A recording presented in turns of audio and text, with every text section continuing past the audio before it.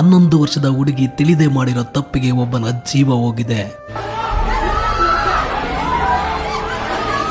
ಡೆಲ್ಲಿಯ ಉತ್ತಮ್ ನಗರದಲ್ಲಿ ಹೋಳಿ ಆಟ ಆಡಬೇಕಾದ್ರೆ 11 ವರ್ಷದ ಚಿಕ್ಕ ಹುಡುಗಿ ಏನೋ ಗೊತ್ತಿಲ್ಲದೆ ಮಿಸ್ ಆಗಿ ಒಂದು ಮುಸ್ಲಿಂ ಹುಡುಗಿ ಮೇಲೆ ಬಣ್ಣದ ನೀರನ್ನ ಚೆಲ್ಲಿದಾಳೆ ಅಷ್ಟೇ. ಅದಕ್ಕೆ ಅವರ ಇಡೀ ಫ್ಯಾಮಿಲಿ ಕೂಡ ಕ್ಷಮೆ ಕೇಳಿದೆ. ಆದ್ರೂ ಆ ಮುಸ್ಲಿಂ ಹುಡುಗಿ ಮನೆಯವರಿಗೆ ಹೇಳಿದಾಳೆ. ಅಷ್ಟಕ್ಕೆ 25ರಿಂದ 30 ಜನರ ಗುಂಪು ಅವರ ಮನೆಯವರನ್ನ ಹೊಡೆಯೋದಕ್ಕೆ ಹುಡುಕಿದ್ದಾರೆ. ಆ ಟೈಮ್ ನಲ್ಲಿ ಅವರ ಫ್ಯಾಮಿಲಿಗೆ ಸೇರಿರೋ ತರುಣ್ ಅನ್ನೋ ವ್ಯಕ್ತಿ ಸಿಕ್ಕಿದಾನೆ. ಅವನನ್ನ ಹೊಡೆದು ಸಾಯಿಸಿದ್ದಾರೆ. ಇನ್ನೊಂದು ವಿಷಯ ಏನಪ್ಪಾ ಅಂತಂದ್ರೆ ತರುಣ್ಗೆ ನಾನು ಯಾಕೆ ಸತ್ತೆ ಅನ್ನೋ ವಿಷಯನೇ ಗೊತ್ತಿಲ್ಲ.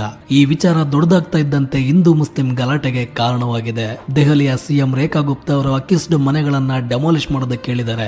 ಆ ಮಗು ತಿಳಿದೇ ಮಾಡಿರೋ ತಪ್ಪಿಗೆ ಹಿಂದೂ ಮುಸ್ಲಿಂ ಬಾಯ್ ಅನ್ಕೊಳ್ತಾ ಇದ್ದವರು ಇವತ್ತು ಗಲಾಟೆ ಮಾಡ್ಕೊಂತಾ ಇದ್ದಾರೆ.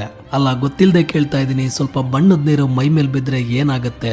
ಅದೇನ ಆಸಿಡ್ ಆಗುರು ಮೈ ಎಲ್ಲ ಸುಟ್ಟೋಗುತ್ತೆ ಅನ್ನಕ್ಕೆ. ನಿಮ್ಗೆ ಬಣ್ಣದ ಮೇಲೆ ಭಯ ಇದ್ರೆ ಮನೆಯಿಂದ ಆಚೆ ಬರಬೇಡಿ. ಇದನ್ನ ನಾನ್ ಹೇಳ್ತಾ ಇರೋದಲ್ಲ, ಒಬ್ಬ ಮುಸ್ಲಿಂ ಯುವಕನೇ ಹೇಳಿರೋದು.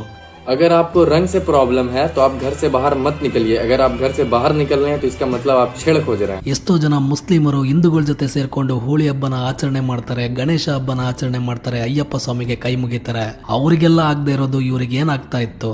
ಸಮಸ್ಯೆ ಇರೋದು ನಾವು ಆಚರಣೆ ಮಾಡೋ ಧರ್ಮದಲ್ಲ, ನಮ್ಮ ಒಳಗಡೆ ಇರೋ ದ್ವೇಷದಲ್ಲಿ ಅಂತ ನನ್ಗನ್ಸುತ್ತೆ. ಇದ್ರ ಬಗ್ಗೆ ನಿಮ್ಗೆ ಅನಿಸ್ತು ಅನ್ನೋದನ್ನ ಕೆಳಗಡೆ ಕಾಮೆಂಟ್ ಮಾಡಿ ತಿಳಿಸಿ. ಮತ್ತೆ ನೆಕ್ಸ್ಟ್ ವಿಡಿಯೋದಲ್ಲಿ ಸಿಗ್ತೀನಿ. Signing off Chandru.